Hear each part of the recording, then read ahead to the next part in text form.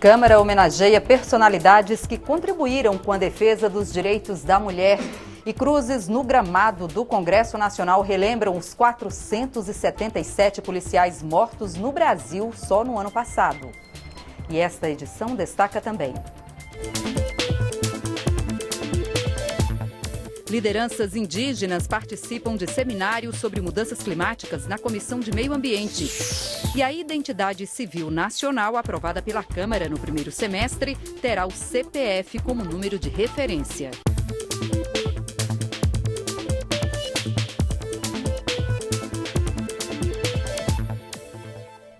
Boa noite em Brasília, 8h01. O Jornal da Câmara começa agora. A comissão especial que discute alterações no Estatuto da Criança e do Adolescente deve votar na próxima semana o relatório do deputado Aliel Machado. O parecer reúne quase 60 propostas de alterações ao Estatuto, entre elas o aumento do tempo de internação dos jovens infratores que cometeram homicídio. Depois de apresentar o parecer à comissão na terça-feira, o deputado Aliel Machado participou hoje de um videochat com internautas para ouvir sugestões e tirar dúvidas em relação ao projeto. O bate-papo foi transmitido ao vivo pelo YouTube e compartilhado nas redes sociais. Os internautas puderam postar perguntas ao deputado Aliel Machado, relator da proposta. A maior parte das dúvidas era em relação à mudança do Estatuto da Criança e do Adolescente, que aumenta de 3 para até 10 anos o tempo de internação de jovens infratores que cometeram homicídio. O Henrique Braga faz a seguinte pergunta. Ele cita uma situação que a gente conhece no Brasil todo, em várias instituições. Temos vários pontos negativos para a aplicação da medida de internação, entre elas a superlotação, ele fala dos presídios, mas nos centros de internação, e a falta de políticas públicas entre os órgãos. O senhor acha que resolve ampliar o prazo de internação de 3 para 10 anos? Eu acho que não. Só isso não resolve. Por isso, a estrutura que eu coloco dentro do meu relatório busca atender outras variáveis. Não basta eu colocar um aumento do tempo de internação se eu não falar de onde virá os recursos. E também se eu não responsabilizar os gestores. Então, eu cuido das duas coisas. Eu coloco que caberá crime de responsabilidade para os gestores, para os prefeitos, para os governadores, que não cumprirem com a determinação do que prevê o ECA.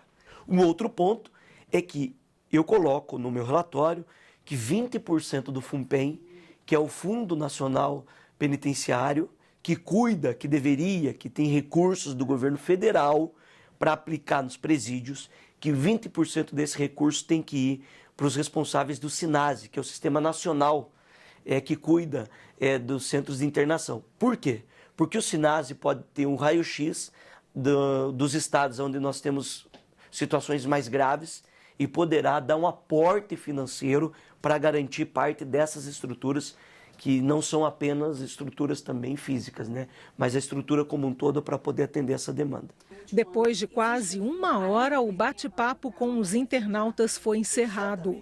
A expectativa é que a comissão especial, que discute a revisão do Estatuto da Criança e do Adolescente, conclua a votação do relatório na próxima semana.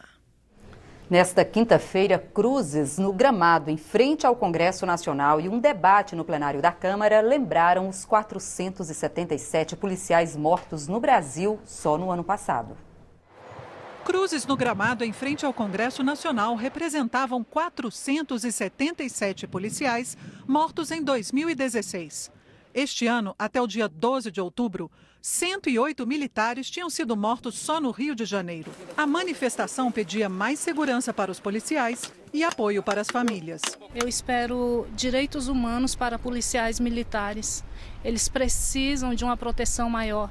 A família do policial morto, ela fica desamparada. A Polícia Militar do DF não tem um psicólogo sequer que faça atendimento com essas famílias que sofrem no seu dia a dia. Familiares de policiais contaram suas histórias no plenário da Câmara dos Deputados. No dia da formatura, ele se informa, todo menino, todo bonito, todo cheio de saúde. Ele olha dentro do meu olho e fala: pai, agora eu sou policial igual o senhor. Ele estava ali realizando sonhos e esse sonho durou apenas 3 meses. Apenas 3 meses esse sonho durou. E agora acabou. O que é que eu recebo? Eu recebi um livro da Polícia de São Paulo. Mais nada. Eles participaram de uma comissão geral para discutir a morte de policiais. O autor da proposta destacou a gravidade do problema. Um atentado contra um policial é uma agressão à nação, é uma agressão ao Estado, é uma agressão à sociedade. De acordo com o 10º Anuário Brasileiro de Segurança Pública, em 2015, 358 policiais civis e militares foram mortos no Brasil. 91 estavam em serviço e 267 fora. Os bandidos estão caçando o profissional de segurança pública simplesmente pelo fato dele ser profissional de segurança pública. Quando ele sai da sua casa para uma rota, ele precisa apagar todos os dados do celular, Facebook, Instagram, na sua agenda, porque se ele for parado numa blitz do crime, ele é executado. Os deputados defenderam o endurecimento da legislação. Quando nós aprovamos aqui a lei que torna crime hediondo, imaginávamos que fosse um freio, não adiantou nada. Agora estou entrando com outra medida, concordo com o acordo do presidente desta casa, que é aquele que matar um agente público no exercício da sua profissão não terá direito à progressão de pena. Os debatedores também apontaram a necessidade de mais investimentos na segurança para garantir eficiência. Já existe um piso nacional da saúde e da educação, mas não existe até hoje o piso nacional da segurança pública. Quantos assassinatos policiais foram devidamente apurados nesse Brasil? A ineficiência do Estado em investigar o crime que assola a sociedade é a mesma ineficiência que nos atinge. E nesta quinta-feira, mais um policial militar foi assassinado. Desta vez, a vítima foi o comandante do 3º Batalhão da Polícia Militar do Rio de Janeiro, Coronel Luiz Gustavo Lima Teixeira, que morreu após o veículo em que ele estava ser atingido por 17 tiros em um arrastão. A Câmara entregou hoje o diploma Mulher Cidadã Carlota Pereira de Queiroz 2017. Esta é a 7ª edição do prêmio. O objetivo é homenagear mulheres que tenham contribuído com a defesa dos direitos da mulher. A entrega do prêmio Mulher Cidadã Carlota Pereira de Queiroz foi em sessão solene no plenário da Câmara e foi feita pela Comissão de Defesa dos Direitos da Mulher.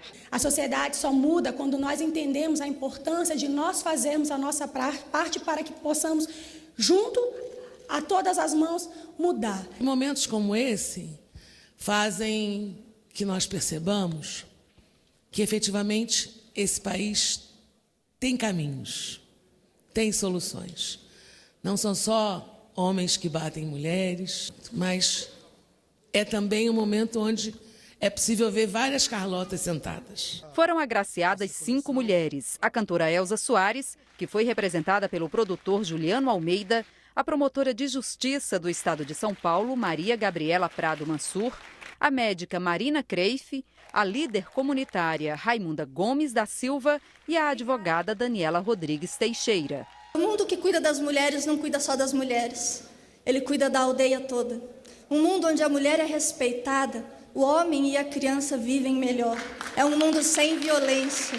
Se a cada 3 mulheres uma sofre violência, a cada 3 homens, um comete a violência. E é com eles que eu resolvi falar, para mudar essas estatísticas. Em 200 homens que passaram pelo projeto Tempo de Despertar, 196 homens não voltaram a reincidir. Ou seja, 196 mulheres não sofrem mais violência. Em mensagem enviada ao plenário, o presidente da Câmara, Rodrigo Maia, também destacou a relevância das mulheres homenageadas este ano. Esse diploma expressa o reconhecimento da Câmara dos Deputados a personalidades cuja atuação tem contribuído não só para a defesa dos direitos das mulheres, mas também para a evolução do debate sobre as questões de gênero no Brasil. Sua dedicação, seu trabalho, suas conquistas, cada qual em diferentes áreas de atividades, podem servir de inspiração para muitas jovens brasileiras que, tomando as senhoras por modelo, se sentem encorajadas a também participarem ativamente da vida pública. Carlota Pereira de Queiroz nasceu na cidade de São Paulo. Médica, escritora e pedagoga, foi a primeira mulher brasileira a votar e ser eleita deputada federal em 1934. Durante o mandato, dedicou-se a ações educacionais que contemplassem mulheres e crianças. Ela morreu em 1982, aos 90 anos. Depois de aprovada a reforma política, outras 2 reformas podem entrar na pauta de votações do plenário da Câmara até o fim do ano: a tributária e a da Previdência. Na trilha das reformas, a da Previdência já está pronta para ser votada no plenário da Câmara e precisa de votos favoráveis de ao menos 308 deputados em 2 turnos de votação para ser aprovada. No primeiro semestre, ela passou na comissão especial depois de cerca de 4 meses de discussão, em audiências públicas marcadas por embates entre governo e oposição e representantes de classes que serão afetadas pela reforma, como a dos policiais. Sente, permitimos a reunião!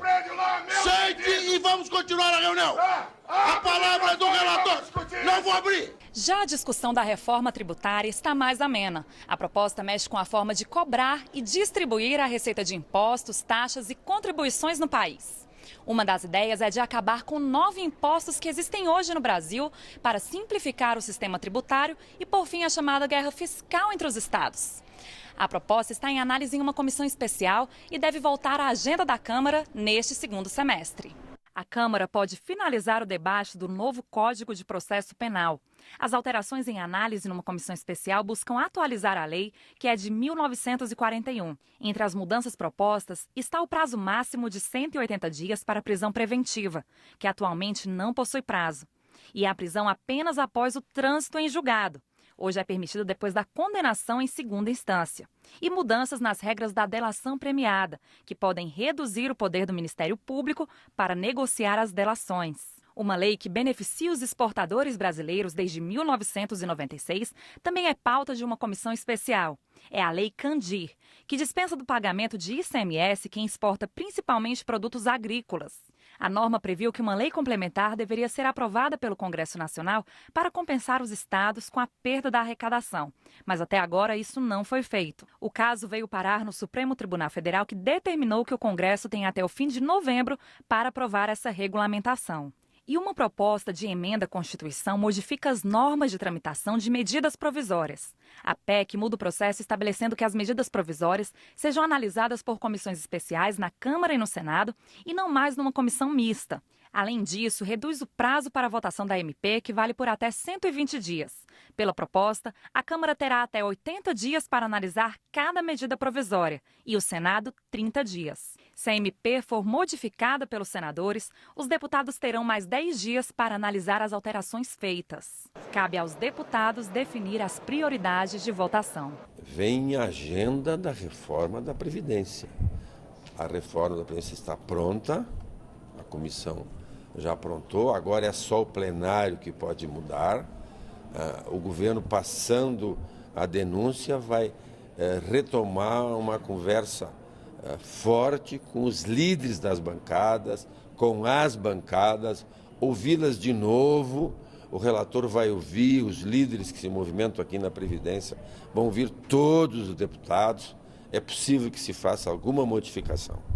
A Previdência é a mãe de todas as reformas. Eu acho muito difícil o governo ter votos aqui para aprovar a reforma da Previdência. E o governo sabe disso. Então eu acredito que eles vão ter muita dificuldade de colocar isso em votação, né? Ainda que o Temer se mantenha no cargo, né? Porque a votação que ele vai ter aqui vai ser uma votação reduzida e, evidentemente, vai dar o sinal de que não tem 308 votos para aprovar a Previdência. Às vezes os deputados não entendem da importância que tem a gente reformar a Previdência para acabar com os privilégios. Eu acho que a gente não pode fugir dessa agenda, a gente tem que ter coragem de continuar discutindo com todo o desgaste, com toda a incompreensão que muitas vezes a sociedade tem em relação a esse tema. Claro que nós vamos precisar reduzir o tamanho da reforma da Previdência, vamos focar nos privilégios. Nós temos que focar na idade mínima e na reforma do serviço público. Também aguardam votação em plenário as medidas provisórias que mudam o marco legal da mineração. Além de criar uma agência reguladora para cuidar do setor, elas aumentam as alíquotas dos royalties que as mineradoras pagam aos estados, municípios e ao governo federal. Com isso, a arrecadação com royalties pode aumentar em até 80% e fazer a participação do setor no PIB brasileiro passar de 4% para 6%. As MPs precisam ser aprovadas até o dia 28 de novembro, senão perdem a eficácia. A Identidade Civil Nacional, que foi aprovada pela Câmara no início deste ano e virou lei em maio, está sendo regulamentada por um comitê gestor dirigido pelo TSE. Nesta semana, o colegiado decidiu que o número do CPF será usado como referência na nova identidade. O presidente do TSE, Gilmar Mendes, abriu a reunião. A Câmara está representada no comitê pelo deputado Júlio Lopes. A Identificação Civil Nacional foi criada para ser utilizada como um documento único do cidadão brasileiro, válido em todo o país. As informações serão armazenadas e geridas pelo TSE. A gente convencionou, e aqui está estabelecido, que o CPF passa a ser a chave desse processo, correlacionado ao número de verificação a ser feito aqui pelo TSE, que na realidade é o comitê gestor do ICN. Então a gente faz um avanço significativo na forma de que cada brasileiro esteja inequívoca e univocamente identificado para melhor se relacionar com o Estado, com a União e com os provedores de serviços, de forma que a vida seja mais simples no Brasil. Lideranças indígenas participaram de um seminário sobre mudanças climáticas promovido pela Comissão de Meio Ambiente da Câmara. Os deputados querem conhecer a experiência dos índios com a preservação do meio ambiente. O presidente da comissão, o deputado Newton Tato, acredita que o conhecimento indígena sobre a natureza pode contribuir para que o Brasil cumpra a meta de desmatamento zero até 2030. Apenas 3% das terras indígenas têm desmatamento, menos até do que em unidades de conservação. E o desmatamento é um dos principais fatores de emissão de gases de efeito estufa, que leva ao aquecimento global. Nós estamos fazendo uma audiência específica para compreender as experiências e as percepções dos povos indígenas do Brasil sobre esse tema. E é justamente essa experiência dos índios com a preservação do meio ambiente que chamou a atenção dos deputados. Diversas lideranças foram convidadas para participar do seminário. As pessoas que vivem em centros urbanos não sabem nem se tem estrela no céu. Eles precisam, a televisão precisa mostrar para eles que vai ter um eclipse. Nós sabemos quando vai ter eclipse e nós sabemos as outras mudanças que acontecem no nosso entorno, aqueles que afetam a vida aqui na Terra, a produção de alimento, a produção de água, que são coisas essenciais para a vida. Essa comissão, ela tem o dever de ter políticas públicas que combatam esse desmatamento desenfreado. O presidente da comissão, o deputado Newton Tato, do PT de São Paulo, acredita que a relação especial dos indígenas com a natureza pode ajudar o Brasil a cumprir a meta de zerar o desmatamento até 2030. O Brasil se comprometeu com metas audaciosas do ponto de vista de redução das emissões de gases de efeito estufa. A forma como eles se relacionam com o meio ambiente, que ajudam na conservação. Então eles são os que mais contribuem, inclusive, com a sociedade brasileira para poder atender os compromissos que nós assumimos lá na Conferência do Clima. Riqueza para nós é isso, é ter terra demarcada, é ter floresta em pé, é ter fruta, é ter os nossos animais, é ter água boa para nós tomar banho, para nós tomar, é ter ar bom para respirar, é manter conhecimento tradicional, é ter a nossa educação, é valorizar a nossa medicina tradicional, a nossa saúde, o parto, o pré-natal. Nós temos uma riqueza que o mundo está de olho, que é a nossa terra. A Colecionar 2017 é uma exposição internacional de colecionadores de selos que vai até domingo no Centro de Convenções de Brasília. A Câmara participa do evento expondo livros, obras raras e arquivos históricos do seu acervo que podem ser conhecidos pela internet. A exposição de selos da Colecionar 2017 contou com a participação de filatelistas de 55 países e de todos os estados brasileiros. Artistas plásticos também deram uma nova interpretação para as antigas caixas de correio, no espaço montado no Centro de Convenções Ulisses Guimarães, em Brasília. O presidente da Sociedade Internacional de Filatelia fez, junto com o presidente dos Correios, o lançamento do selo Brasília Patrimônio Mundial. A Câmara está participando com um estande, onde são exibidos livros da coleção Edições Câmara. E são divulgadas também obras raras e documentos da primeira Constituição Brasileira, de 1824, que estão sob os cuidados da Biblioteca Pedro Aleixo da Câmara. Esses materiais passam por um trabalho permanente de conservação, restauração e digitalização para colocar um conteúdo cada vez maior disponível na internet.